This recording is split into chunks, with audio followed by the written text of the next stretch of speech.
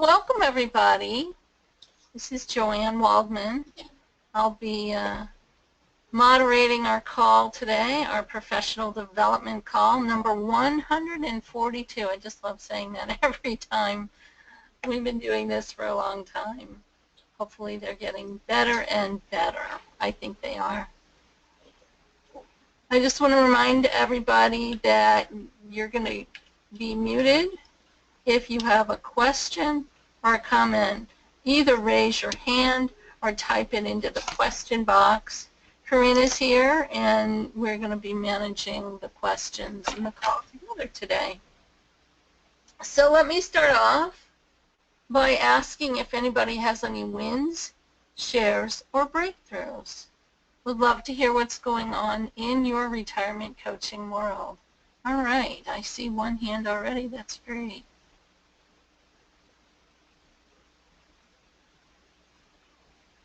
Let me try, and there. Hey, Sue Mintz, how are you? Great, thank you. Good afternoon, everybody.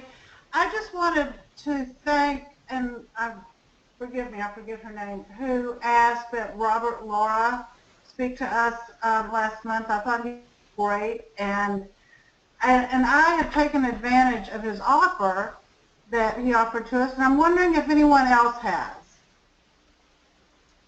Last I spoke to Robert, he had told me that about 6 or 7 people had taken advantage of his offer. Awesome, awesome. Okay, okay. Well, thanks and again. Sarah Gaber, by the way. I'm sorry? Sarah Gaber, who recommended that he be here. I'm sorry, what was, you broke up. Sarah Gaber. Oh, right. You know what? I know. I believe, I think Corinne did send me her name. Okay. Yeah, so thank you, Sarah. All right. Anything else, Sue? There's other people with their hands up. No, go ahead. And Virginia said that she has. Okay, cool. Thank you. Let me get to Peggy. Hi, Peggy. Hi. How are you? I'm doing very well, and one win or exciting development was having the University of New Mexico course on the sociology of aging using my book, Silver Lining. And, wow, Peggy, that's so wonderful. That was very exciting news to get that. Peggy, tell everyone the name of your book again. The name of the book is Silver Lining: What 5 90-something Women Taught Me About Positive Aging. On Amazon still, is it? It's on Amazon, yes. And I read the book. It's an amazing book. I invite all of you to go out and get a copy. Thank you, Peggy. Good to hear your voice. Yeah.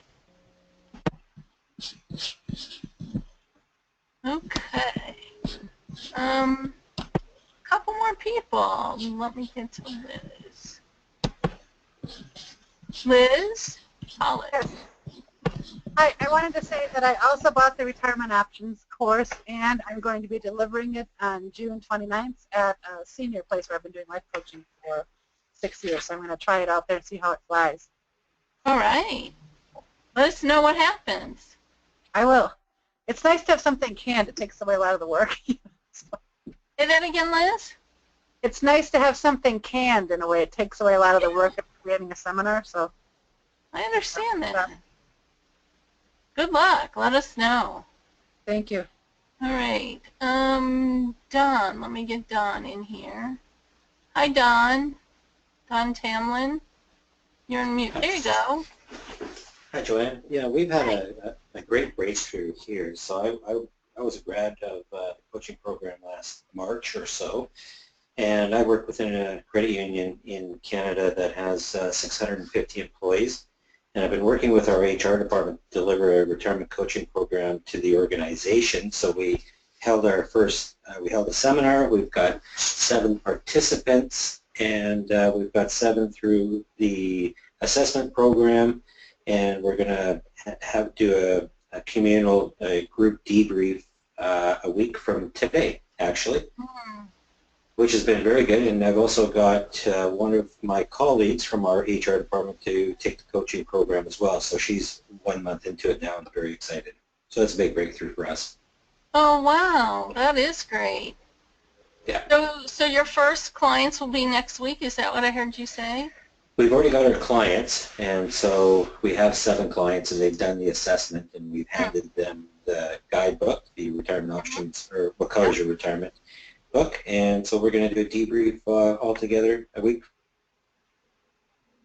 Okay. and then offer one-on-one coaching from myself after that if people are looking for added assistance for another 45 minutes or so per person. Oh, that is so exciting. Yeah, that's great. Looking forward to it. Congratulations. I'm interested to hear how the group debrief goes. Let us know about that. All right. Normally it's a one-to-one, but occasionally a group, so let us know how that goes. Thanks, You bet. Don. Thanks. All right. Corinne, I've gone through the hands, but I see a lot of questions. Yes, we have 2 shares and 1 question. One share is from Jan. The university I got my master's degree from has hired me to teach classes on how boomers can thrive in the new economy. Classes Wow. start this fall. The classes are based on my book, Work on Your Own Terms in Midlife and Beyond.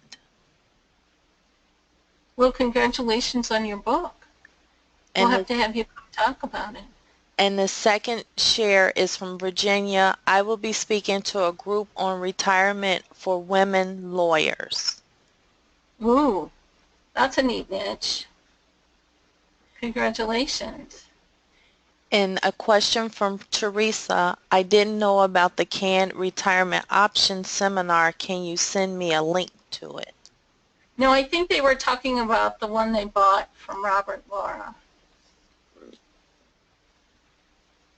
Although we do have the new PowerPoint that Rosalie and I did before she left that you can utilize, but I do believe they were talking about what Robert Laura offered last month.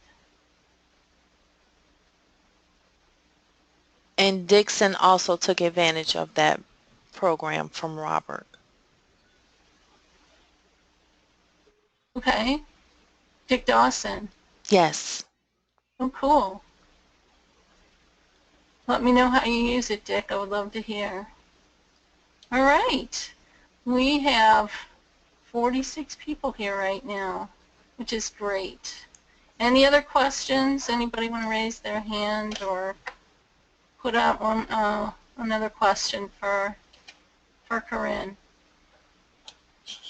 Teresa said that she also took advantage of Robert's program.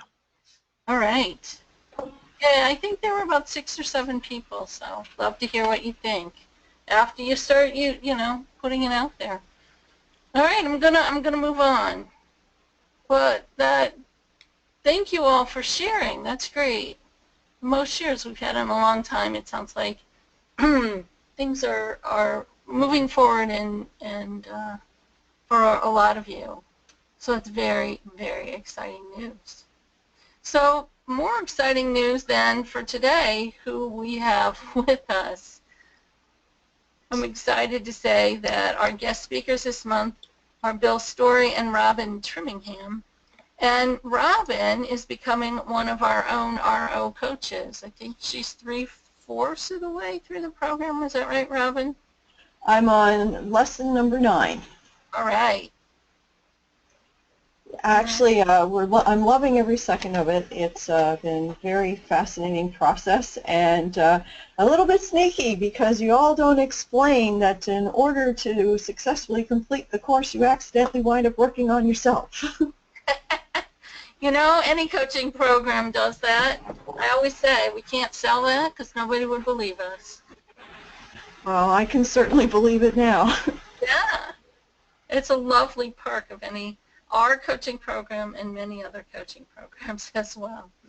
All right, so Bill and Robin are the co-founders of the Olderhood Group, which is a media company that provides conferences, coaching, courses, television content, and web-based platforms for the baby boomer generation.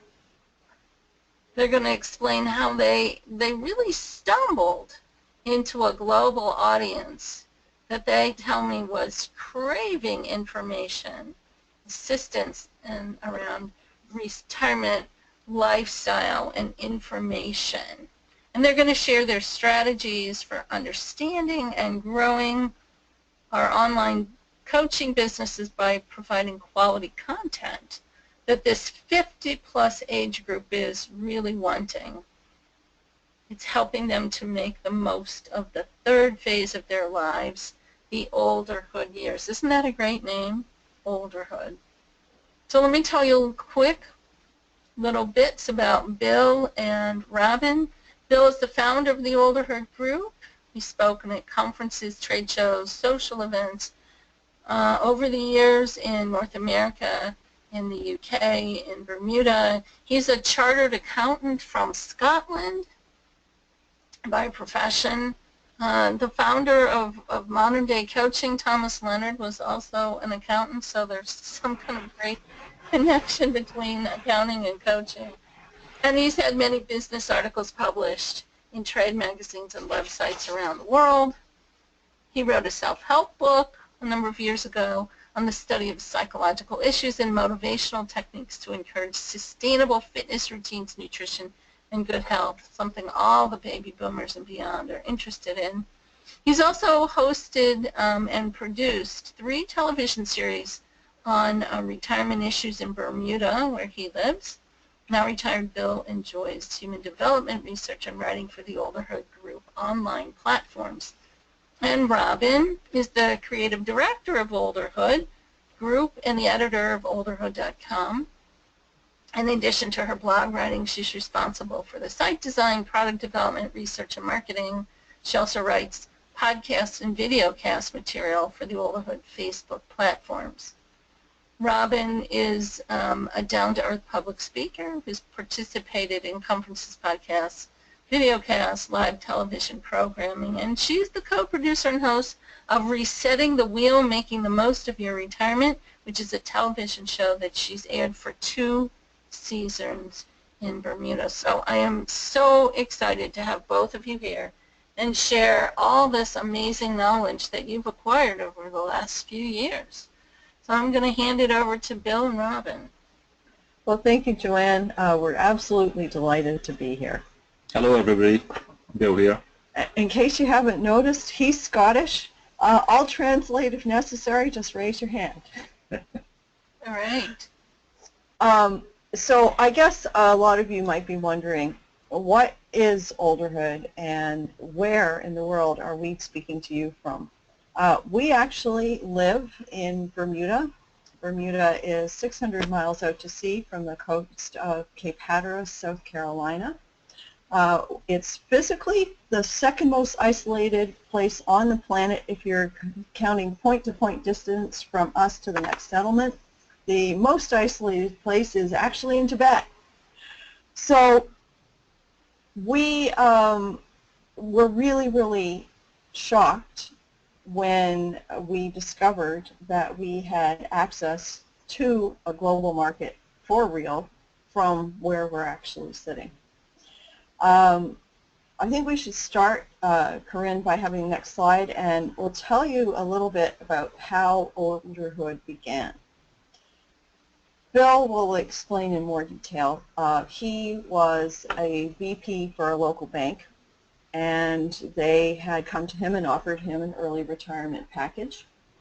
And on the one hand, you know, the money looked really good, but on the other hand, there was a moment of terror as he sat there and wondered, well, what will I do all day long? So, Bill, explain a little bit. Yeah, that was part of the problem, that I had some idea that perhaps I would do some writing. I had done quite a bit of writing over many years in trade publications, but I kind of thought that there were certain aspects to transition to retirement that perhaps could be, you know, of interest to people. So Robin and I had worked together quite a number of years ago, and we sort of came back together again, and we came up with the idea that we would start a blog And I have to confess that I had no idea, well, I knew what a blog was, but I had no idea how to put one together. So Robin, you know, kind of helped me out here. Well, I actually sort of pushed my way in because I thought a blog sounded like a lot of fun, and I have known quite a lot about web design and stuff. So I said that absolutely I would help him get started, and I like to write too, and so we were off to the races. The big problem was what to call it, because as you all know, there's a lot of negative connotations associated with the words that we think of when we think of aging. Senior citizen, you know, over the hill, geriatric. Well, we didn't want to have a blog that implied any of those things. We wanted to have a blog that talked about living and thriving and succeeding and excelling. And so we wandered around in circles for quite a few weeks, just trying to discuss, you know, what are we going to name this thing? And, you know, it seemed like there was no answer. We searched a thesaurus, we searched online. There really was no great positive word for being over 50. And somehow one evening we were tossing ideas around and olderhood just came up. And we thought, well, why is that good? Well, why not? Well, you have childhood and then adulthood, and now you have olderhood. So that's how we began. If you go to the next slide, you will see what our blog looks like today. We are blessed to have a team of fantastic writers who all volunteer their time. We have a psychologist who's in New England. We have one of America's most successful retirement bloggers. He's in Arizona. We have a couple of writers from the UK. We have a couple of writers here in Bermuda. And we have a retired financial planner from Canada. And we all take turns writing about every aspect of every topic relating to being older that you could possibly think about. The blog we started for fun. We thought that you know, it would just be something fun to do. We honestly thought maybe our friends would read it, maybe our relatives.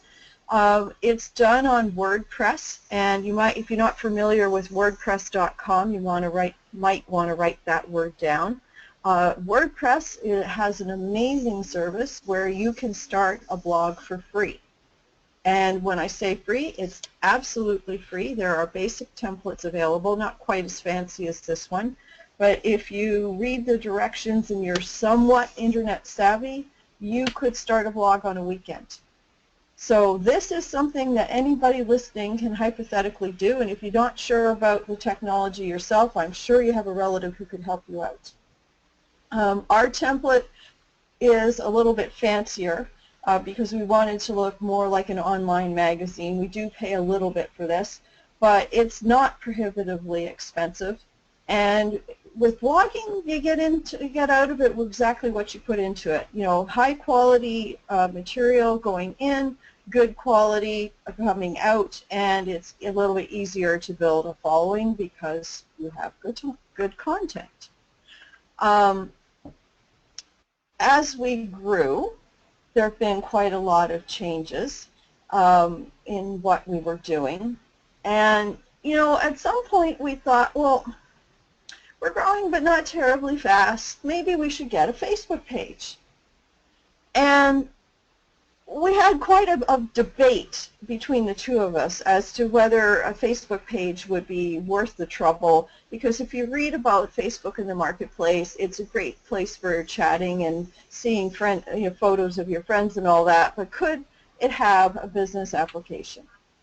And we were interested in Facebook because, once again, to start, it's free. You can set a page up on a weekend and you're off to the races. Well, we got the greatest surprise of our life when we started a Facebook page. If you want to switch to the next slide. We had originally assumed just coming into this, whole project for fun and by accident, that, retirement concerns would be very regional, and that retirement concerns here on our little island would have no bearing whatsoever on what was going on in America or Australia or the Far East or anything like that. And our Facebook followers taught us in a really big hurry that we were absolutely wrong. That once the needs of food and housing are met, retirement concerns cut horizontally across every social, cultural, ethnic background you can possibly think of on the planet. Everybody has the same concerns in the English-speaking world, because unfortunately we don't speak some of the other major language groups, but we're pretty proficient in this one. And we discovered that people everywhere were craving reliable sources of quality information, and they all wanted to know about health, they all wanted to know about the aging process, they all wanted to talk about their pensions, they all wanted to talk about finance, they all wanted to talk about dealing with their grandchildren, they wanted to talk about how to lead an active, vital life, what to do if they were bored or they were lonely, and they wanted to talk about this 24 hours a day, 365 days a year. And before we knew what had happened, we, believe it or not, were somewhat of a sensation in the Philippines and Malaysia. I'm going to let Bill take over, because Bill is our Facebook expert. Yeah, what we did was, as Robin said, we had started the Facebook page, and I think perhaps many of you, perhaps most of you, maybe already have Facebook pages for your retirement coaching business. What we quickly discovered was that it depends which side of the equation you're on with Facebook. In other words, if you simply use Facebook, as Robin said, to meet friends and share photographs, it's relatively straightforward. However, when you go to the other side of the equation and use it for, let's say, business purposes, it's a totally different animal. It's a very, very complex animal. It's based on algorithms, as most of you know, and I mean, I'm not an expert in algorithms, but I do know what they mean, and I do know how complicated some of these things can be. But anyways, we started the Facebook page. It began to, we started to get people liking us and all that kind of stuff. We were not paying anything at that stage for Facebook. In other words, we were not doing any paid advertising. But we just simply kept pumping this thing out, and we realized that we were almost immediately on a 24-hour clock, as Robin said, the Far East, North America, Australia, South Africa, etc. As that developed, it became evident that a lot of these people wanted not a chat room per se, but a sort of a membership club. So they wanted to talk to us at 3 in the morning, because that was 3 p.m. Manila time. Right. So we did form a thing called the Olderhood International Club, which is a members-only club. It's free. I mean, there's no membership fee. It's it's by application and then monitored by admin people around the world. So we started. We literally hit the button, and within 4 minutes, we had a guy from Kuala Lumpur in Malaysia come on and say, "This is a great idea. I'm a retired executive from Nestle in Malaysia. I love this idea. Tell me more. How can I help?" 4 minutes. We now, today, have just shy of 8,500 members in the Olderhood International Club, around the world. The main Facebook platforms,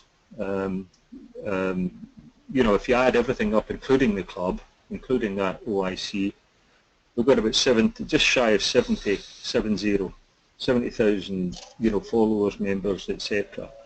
We now have a chapter in, we've got OIC in the Philippines, OIC in India, which is another very, very big market for us. OIC Bermuda, obviously, OIC North America. I'm not sure how much detail I would need to go into with the Facebook aspect of things, but what we do is we post from the blog, so we take the articles that we or the team write, we post them into Facebook. We also post images, quotations, some photographs. We work on a very consistent basis. We probably do maybe 8 or 9 posts a day on a 24-hour clock basis. So we know what the high point is for North America time-wise, and we know the high point for the Philippines and the Far East and Australia time-wise. So we make sure that the images are scheduled. As most of you know, you can schedule Facebook posts. You don't have to physically manually put it in each time. You can do it for a week or a month if you want to. We do that. We didn't spend much money in the Facebook promotion. I think for a couple of months we were spending about $3 a day, which was advertising, which was just pushing it out through the news feeds and stuff like that. Now explain for everybody what's involved in doing something like that. Well, again, as most of you know, Facebook changes every day.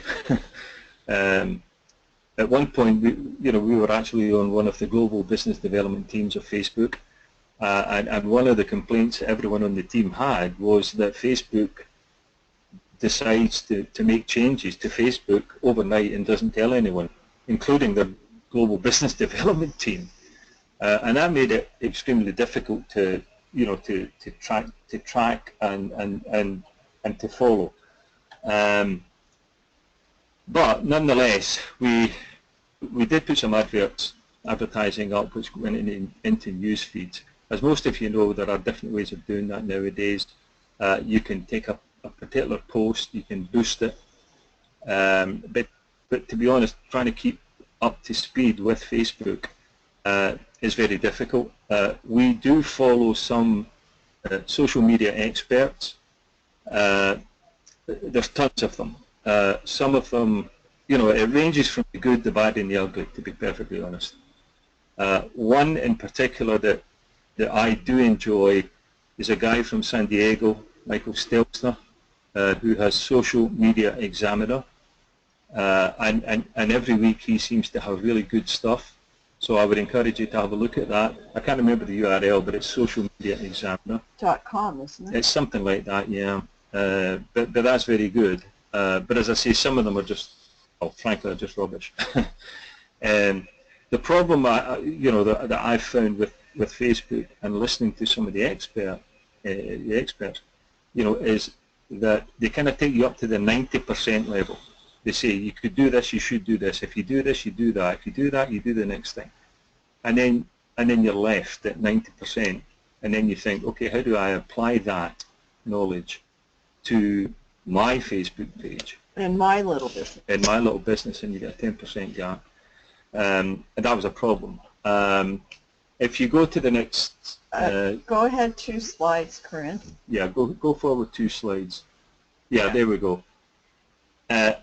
In 2014, and that was us about a year into our Facebook history, and this is an independent report, the Karma report. The posts of theolderhood.com on Facebook, as you can see, got 6.7 million views, which we thought was pretty good. But we realized that we needed to be a little bit more exact and a little bit more precise, and part of the reason for that was because Facebook was changing. The idea that was evident about 2, maybe 3 years ago of organic growth, which was just simply Facebook would take any post that you put up and through its algorithm would put it out to an audience that it believed to be of interest, and hopefully you would get some likes and so on and so forth. You know, they changed the algorithm, and frankly, the purpose of doing that was to force you from what they call organic growth into paid growth. In other words, you have to pay for it. You have to pay for your likes, basically, you know, in simple language. So I think what you find, I was looking at a Facebook page a couple of days ago, and this person had 300,000 likes, which is a good number. It's a very, very good number. Now, I mean, clearly I don't have the ability to look at their traffic analysis and analyze that, but I'll bet that the 300,000 was, you know, 200,000 2 years ago, and it dwindled so that over the last several months, last year in fact, it's probably 1,000 a month or something like that, unless they're paying for it. You know, if they're paying for it, fair enough. But if they're not paying for it, in other words, the organic growth has changed. So if you are a Facebook user and you see that your likes have dwindled, then that's obviously the reason for it. Now you can go into insights, which I presume you'd be familiar with on Facebook, and you can get the spreadsheet analysis, which we do on a regular basis. The spreadsheets go on for about 20 feet. It seems like they just go on and on and on to the right of the screen. But you just, you know, you just choose what you want to do when you look at. Anyway, we looked at our structure. We looked at our postings. We looked at our scheduling. We looked at the content quality. We looked at the quality of our pages. We looked at, you know, colors and a whole bunch of different things. Let's go to the next slide. Yeah, go to the next slide, Corinne, please. So the following year, that's what happened. So we went from 6.7 million views in 2014 to 21.6 million views in 2015 through a change in, you know, just the whole change in, you know, what we're doing. Now, I mean, clearly the point that we're trying to make here is that by looking at that, if you do have a Facebook page, by really thinking through the types of posts that you have, that you do, you can, you know, it can change. You know, I mean, we could talk all night about specific areas of interest in our demographic. Our demographic is roughly age 55 and upwards. The male-female statistic is a little bit misleading. The actual male-female statistic is 65% female, 35% male. However, that number is skewed by the fact that we've got some 8,000 followers in India, and they are by far and away the majority male, so that number is actually skewed. I would suggest that we're probably more like a 85-90% female and the balance male, and that's been consistent. That really hasn't changed much. So we know what our people are looking for. You know, they like words like inspiration. They like words like determination. You know, I'm determined to enjoy myself in my retirement years. I'll be damned if I sit back and, you know, watch the grass grow. I can do this. I can. Very strong inspirational thoughts and feelings. I think our biggest post, which was an inspirational one, had 105,000 views. Just one post over the course of a few days. 105,000 people saw that. Yeah, I mean, that's a big number. That's you know, staggering. That's the kind of thing that happens. They like things about grandparents. You know, my grandchildren are the greatest grandchildren in the world. You know, all of a sudden you see 20,000 people saying, yeah, that's right, that's right, that's right. So we've kind of fine-tuned that. So I'm probably going on too long now. So Joanne, do we want to take any questions? Yeah, it's a good time now to stop. So why don't you raise your hand if you have any questions for Robin or Bill, or write it in for Corinne. I have a few questions. One, okay, good. One is from Tom. How is all this relevant to my practice? Well, we're getting to that. What we have found is that if you continually provide quality content to your market demographic, which in this case is people over the age of 50 in the English-speaking worlds, they will follow you, and they'll come back to you over and over again. So the offer we're going to make to you at the end is anybody who wants to give it a try is more than welcome to republish our content, to link to our Facebook page, to link to our blog, anything at all in the world that you want was fine with us as long as you just say where you got the contact from. We aren't charging anybody for anything. This is not a time limited offer. The reason we would do this is we're very, very passionate about helping people in this age group, and we would like to get olderhood to be a little bit better known. We definitely have learned that we're all stronger together than we are individually, and we believe very, very strongly in partnership. So I hope I've answered the question. Next question. Sure. You have that one? I'm going to capture a few of them because I think they're all related.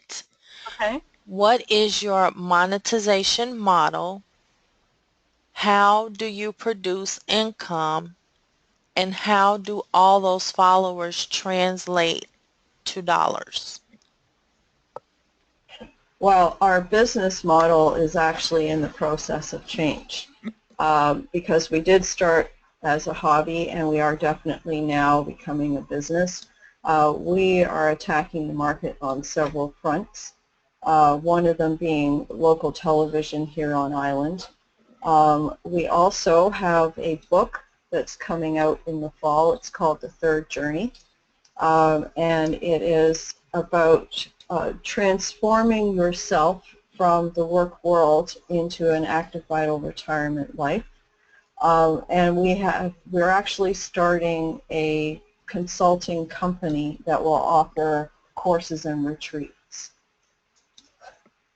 Specifically on the Facebook issue of monetization, we did enormous amount of research on that, and we found out that trying to monetize from a Facebook page is extremely difficult in this type of in this market. We've tried videos, we put videos up, we do podcasts and all that kind of stuff, but it's very, very difficult. So therefore, we took the strategic decision that Facebook was simply a channel to market for us and not a market in and of itself. We find that the more people who know about you, the more noise that you create by posting and sharing content, the more likely you are to get leads. And leads come in all shapes, forms, and sizes. You know, I want you to come and coach me. I want you to come and speak to my group. You know, we want you to do television. We never expected to be doing television in our wildest dreams. But it was an opportunity that came to us, and now our whole country knows who we are. That's exciting. Someone had their hand up and put it down. Do you want to, if you still have a question, go ahead and raise your hand. All right, there it is. Let me get this real quick. Hey, Don, go ahead. Hi there. Great insight. Thanks for sharing. And I really commend you on staying in the Bahamas and not needing to move to any part of the world, so that's fantastic. The question I have is, you talked about your contributors and your blog posters, and you were saying they're volunteers, or how did you come about getting a army of people or a contingent of people to post and write for you? Well, do you know what? It turns out that we have a lot of fairly educated followers of the blog. We have university professors, we have retired financial analysts, and some of these people started commenting on the articles regularly, and we could see by the way they composed their comments that they were clearly good writers, and we asked them, hey, by any chance, would you be interested? And we were really lucky. The people that we asked said yes. We're always on the lookout for more writers, if anybody who's listening is comfortable doing that. We will publish anything that is not overly religious in nature and not political. So if you can stay away from those two topics because they're just too cultural for a global audience. We welcome content on anything to do with the aging process, your take on it, your experiences with it, case studies, you name it. We would be delighted to talk to you.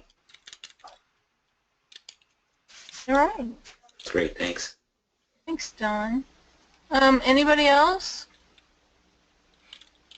We have a few more written questions. Okay, go ahead. One is, what is the name of the Facebook expert? Michael,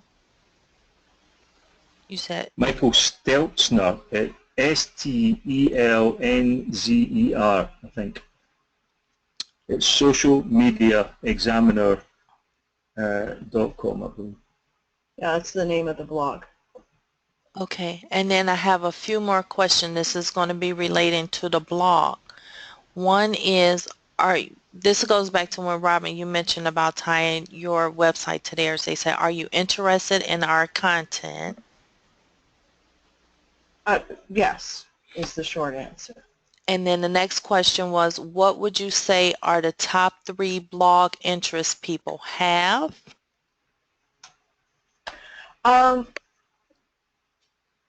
You know, it's interesting because we have a lot of topics that are popular. Anytime anybody writes about finance, and finance does not have to be stock picking. Finance can be about reworking your family budget. It can be traveling on a shoestring budget. It can be traveling across America in an RV. It can be tips for grocery shopping and fixing up your house. All of those kinds of things get very good reactions from people. Bill, you look like you Yeah, want to say something. I think one thing that we did find was that when you look at most retirement planning seminars and courses, certainly in the pre-retirement years, it's financial based. Talking about 401ks, IRAs, whatever it may be, pension schemes, pension plans, investments, and that's fine.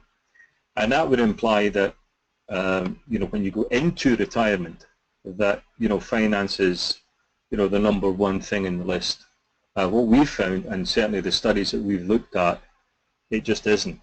50 to 60% of people who are retired, while finance is important and should never be ignored, that finance is not the driver in 50 to 60% of the retiree market, and that other issues, boredom, for example, what am I going to do, in my retirement? How do I handle family situations, family relationships? How do I, talk to me about dementia? Talk to me about memory loss. Talk to me about Nutrition osteoporosis, nutrition, and natural medicine. Yeah. Those always get big hits when we talk about those things. And that was one of the reasons why, when we were looking around for, retirement coaching, experience, and we found Joanne. When we looked at that program, we realised that that was a program that fitted not just our demographic, but fitted our concept and our mission, because we actually don't spend an awful lot of time on finance, on financial issues. We do have a couple of financial writers, but there's more to retirement, particularly in the third phase of life, than what everybody previously thought. As long as you've got your money sorted out before you retire, then when you're in retirement, you're going to have a happy life. Well, maybe, and good luck, but because we're living longer, we have more time, and therefore, we want to do different things. So there were a whole host of issues that are equally, if not more important in many people's case. Any more questions, Corinne? Yes, I have a couple of more questions, and these are relating to the blog. And one question is, when you started posting your blog, how did you attract your first and following audiences? They got to read the blog and then go to their website. Did you have a list or did they buy ads? We didn't buy any ads. When you start a blog, a free one, with WordPress.com, WordPress is a huge, enormous online community of bloggers. And there are bloggers writing about everything on the planet you can think of, from cooking to spiritualism and everything in between. So what you can do if you're starting from scratch and you don't have lots of relatives, or you're not in college where you can have all your dorm mates, what you can do is you can start following other bloggers in subject areas where you're interested, and you can comment on their blogs, and they will come and, if you like their blog, they'll come and see who you are, and if they make a comment, you write back. So in other words, you literally start a conversation with anyone and everyone you possibly can. This is how we found Bob Ritzema, who is a very educated blogger and a PhD in psychology who lives in New England. He's got a great blog, and we liked him, he liked us. He now writes for us just about every single Friday. A lot of the time he writes stuff that's just for us. Sometimes he says, hey, I just put an article up on my blog that I think is right for your audience. But I think the one of the points about the blog is that the blog was coming along fine, but really the ramp up took place when we moved on to the social media platform of Facebook. Yeah. That was where it was, because that's where our audience was going to look for, well, information. So I would try to make it clear that starting a blog in and of itself is a tough road. Whereas if you tie that to your Facebook page and really use the blog as a repository of your articles, like the library if you wish, then it works. So you've got to get out there through the outreach program, and that's really. I mean, we've looked at Twitter and Pinterest and stuff like that, but Facebook is really where it's at. No, I think it's good, the bad, and the ugly, of course.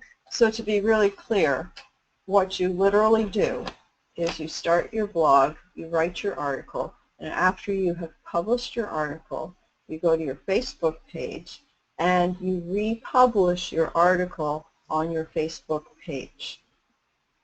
And then you get likes and shares from the blog and from Facebook at the same time. And by and large, these are two unrelated audiences, because the people who follow the blog directly tend not to be Facebook people, and the people who follow on Facebook tend not to be blog followers.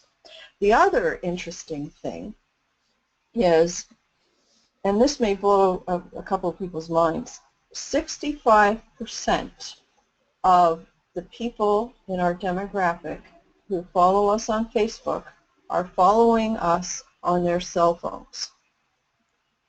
So what we discovered was, as much as they liked the articles, they also loved funny little colorful quotes. Live a life of defiance. That would get lots of hits. My grandchild is the best, as Bill said. That would get lots of hits, because that is a really small thing that is really easy to look at and share with everybody you know from your cell phone.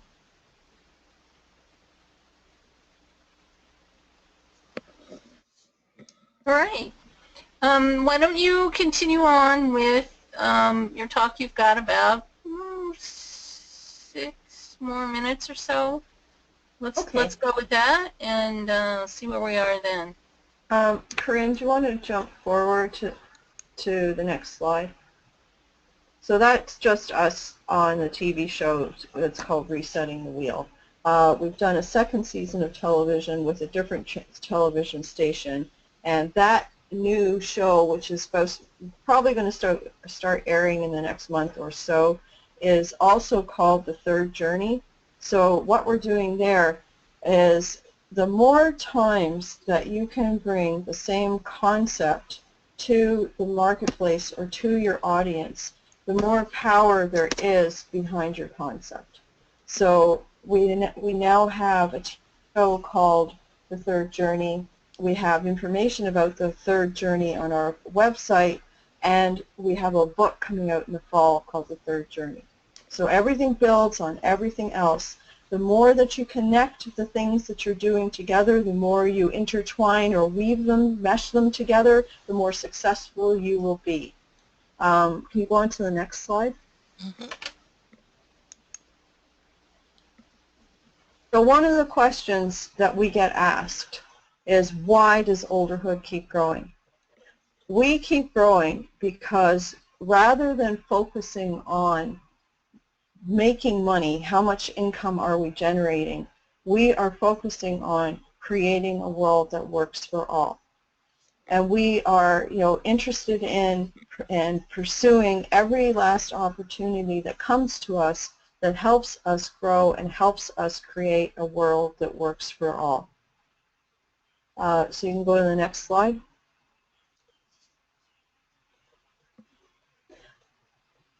So, as we've been trying to suggest throughout this hour, the best way to grow is to share quality content and to keep the conversation going. And you can use your own content. You're more than welcome to share ours. We would love to work with you on that if that's of any interest to you. The other thing that you can do, we learned from our friends in the Philippines. They had this online social club called the Olderhood International Club, and they were happily chatting away to each other in great numbers, and then suddenly they started to realize as they were chatting, you're in Metro Manila. Hey, so am I. Oh, well, I'm there too. And all of a sudden, our online people wanted to meet face to face. So they literally took it upon themselves to start organizing face-to-face social gatherings. Now, the very first one literally was 20 people who met at Starbucks in Manila. It was in the afternoon in Manila time. It was 3 a.m. here, and we attended by Skype. And that was quite an experience because all of a sudden our online project had taken on a life of its own. And they now have something like 7 clubs in the Philippines. They have Christmas parties. They go on vacations together. They meet for coffee. They do community projects, all kinds of things.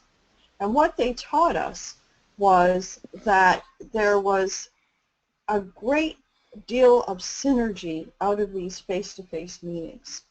And what we honestly suggest is that wherever you are in your hometown, that you take a collection of people, whether that's past clients, present clients, would like to be clients, and you literally start organizing something very simple like coffee at Starbucks, or if you are like a cocktail on a Friday night, maybe it's something a little more social in the evening, and you just get everybody together and start chatting. And out of that, talking about what people in this age demographic are going through and how things are at home, and the problems that they're having or the things that are going well, I am sure you will find there are coaching opportunities in that. And you can go to the next slide. That's about it. I think, Joanne, we're pretty much at the end. If there's Yeah, let's see if there's a question or two before we start wrapping up. I have a few questions and I'm going to tie them in, and they're still related to the blog. And, sure. and one question was, does the content need to be original work, or can it be something I have already published on my own blog? How often does the blog put new content out, daily, weekly?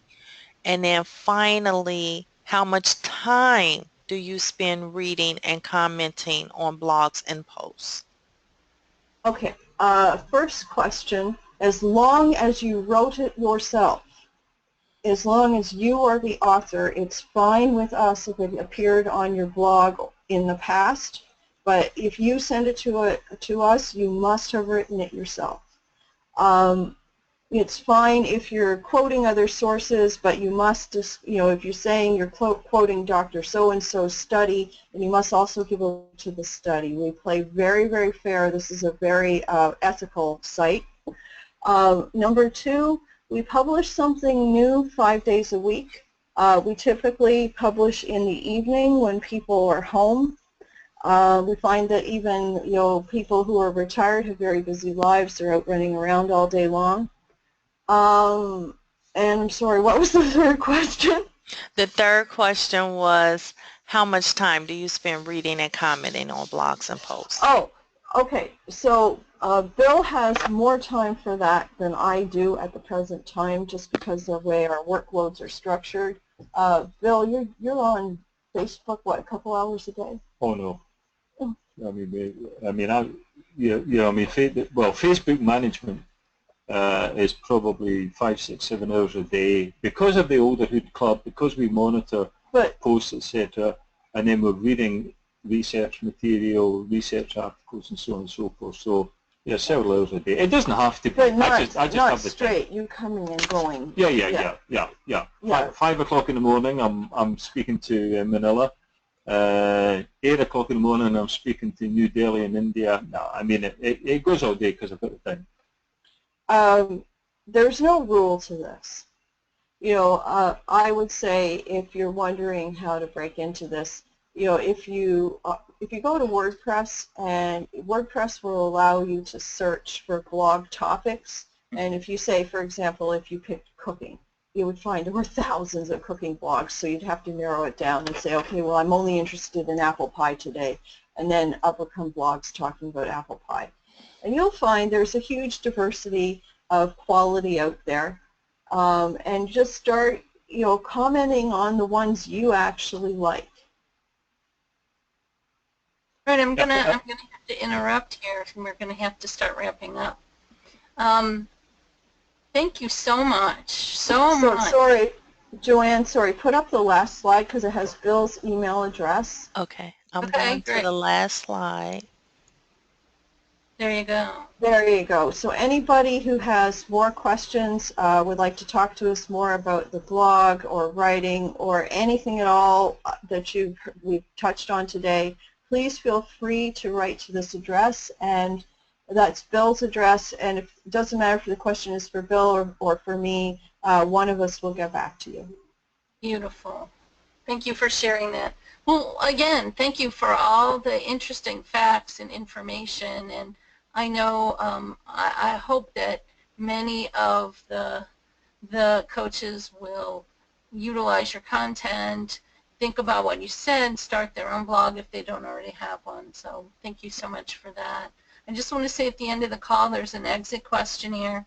Please take a moment after the call to complete that questionnaire. Let us know what you liked and what can be improved.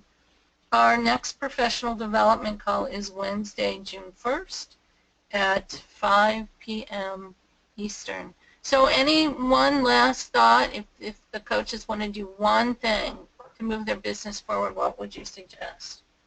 Engage in conversation. Every way you can think of, there's no wrong way to do this. That's great. So get out there. Thank you so much for the opportunity, Joanne. You. As my coach used to say to me, get out and stir the ethers. Got to get out and do some of those things. All right. Corinne, anything you need to add? Any last thing coming in before we need to go? One comment from Jan that she has a meeting group, can recommend this as a meetup, will promote your group for you. This is for live face-to-face meetings. All right. Oh, that's wonderful. Thank you. Okay. So I'm going to say thanks and take care.